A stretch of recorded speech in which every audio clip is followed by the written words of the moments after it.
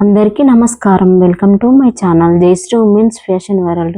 ఈరోజు వీడియోలో మీతో పంచుకోబోయే రెసిపీ చాలా ప్రత్యేకమైనది. ఇంట్లో ఉన్న చిన్నపిల్లల నుండి పెద్దవాళ్ళ వరకు శరీరానికి శక్తిని బలాన్ని ఇచ్చే మినపప్పు బెల్లం స్వీట్ ఇంట్లో ఉన్న వాటితోనే ఈజీగా ఎలా తయారు చేయాలనేది ఈ వీడియోలో చూపించాను.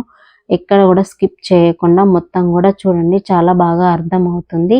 ముందుగా వీటికి కావాల్సిన పదార్థాలు: 1 కప్పు మినపప్పు, 1/2 కప్పు పెసరపప్పు, 1 కప్పు బెల్లం, 2 స్పూన్ల నెయ్యి, 1/2 కప్పు పాలు, కొద్దిగా ఇలాచి పౌడర్ అయితే తీసి పక్కన పెట్టుకోవాలి. ఇప్పుడు స్టవ్ వెలిగించుకొని స్టవ్ మీద ఒక కడాయి లాంటిది పెట్టుకొని అది వేడెక్కిన తర్వాత మినపప్పు వేసుకొని గోల్డెన్ బ్రౌన్ వచ్చేంత వరకు అటు ఇటు అనుకుంటూ అయితే వేయించుకోవాలి. ఇవి కొద్దిగా వేగిన తర్వాత ఇందులోకి మనం 1/2 కప్పు తీసుకున్న పెసరపప్పు కూడా ఇందులోకి వేసుకొని అయితే గోల్డెన్ బ్రౌన్ వచ్చేంత వరకు అయితే వేయించుకోవాలి. మరీ ఎక్కువగా మాడనివ్వకూడదు, కొద్దిగా గోల్డెన్ బ్రౌన్ వస్తే సరిపోతుంది. అలా వచ్చేంత వరకు అయితే స్పూన్ తోటి అయితే ఇలా అటు ఇటు. మినపప్పులో ఉన్న ప్రోటీన్ శరీరానికి బలాన్ని ఇస్తుంది. బెల్లంలో ఉన్న ఇనుము రక్తహీనత తగ్గించడంలో సహాయపడుతుంది. పిల్లల ఎదుగుదలకు చదువుకు కావాల్సిన శక్తిని ఇస్తుంది. పెద్దలకు కూడా బలహీనత తగ్గి శక్తి అనేది పెరుగుతుంది.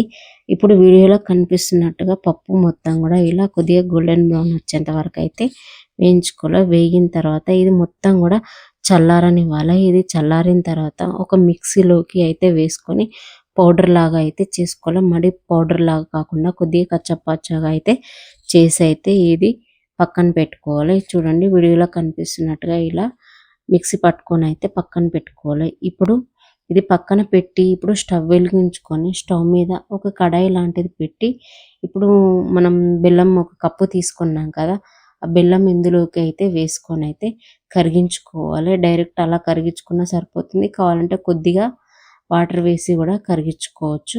చూడండి, బెల్లం అనేది మొత్తం కరిగింది. ఇది కరిగిన తర్వాత మొత్తం చల్లారిన తర్వాత అయితే మనం ఇప్పుడు మిక్సీ పట్టుకున్నాం కదా పప్పు, ఆ పొడి అనేది కొద్దిగా వేసుకుంటూ అయితే వీడియోలో చూపిస్తున్నట్టుగా అయితే కలుపుకోవాలి. మొత్తం కూడా వీడియోలో చూపిస్తున్నట్టుగా కొద్దిగా వేసుకొని అయితే మొత్తం దగ్గరకు వచ్చేటట్టు అయితే కలుపుకోవాలి. ఇవి మొత్తం కూడా దగ్గరికి అయితే రావాలి. మనం ఇందులోకి బయట దొరికేవి పౌడర్లు ఏమీ వేయకుండా ఇంట్లో ఉన్న వాటితోటి అయితే చేసుకోవచ్చు. ఇప్పుడు ఇందులోకి మొత్తం దగ్గరికి వచ్చిన తర్వాత ఇప్పుడు స్టవ్ వెలిగించుకొని ఇది స్టవ్ మీద పెట్టుకొని ఇందులోకి కొద్దిగా ఇలాచి పౌడర్ వేసుకోవాలి.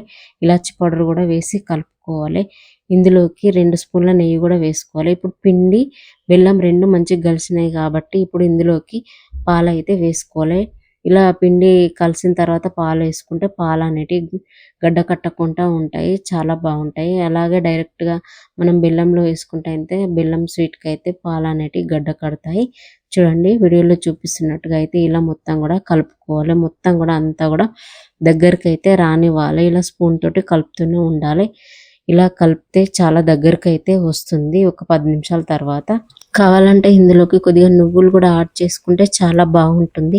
నేనైతే నువ్వులు ఏమి వేసుకోవు. ఇంకా ఇది దగ్గరికి చేసి లడ్డూలాగా కూడా చేసుకోవచ్చు, కానీ నేను లడ్డూలాగా చేసుకుంటలేను, స్వీట్ లాగా కట్ చేస్తున్నా.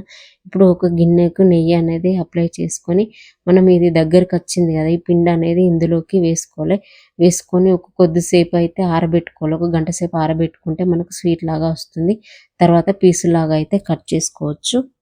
మన పెద్దలు ఇలాంటి వంటలు ఎందుకు చేసేవారో ఇప్పుడు అర్థమవుతుందా? సహజమైన ఆహారమే నిజమైన ఆరోగ్యం. ఇది రోజుకు 1 గాని 2 తింటే ఆరోగ్యానికైతే చాలా మంచిది. మీకు ఈ వీడియో నచ్చితే లైక్ చేయండి, షేర్ చేయండి, కామెంట్ చేయండి, సబ్స్క్రైబ్ చేయండి. మరిన్ని ఆరోగ్యకరమైన వంటలు, ఉపయోగకరమైన వీడియోలతో మళ్ళీ కలుద్దాం. ఆరోగ్యంగా ఉండండి, ఆనందంగా ఉండండి. ధన్యవాదములు.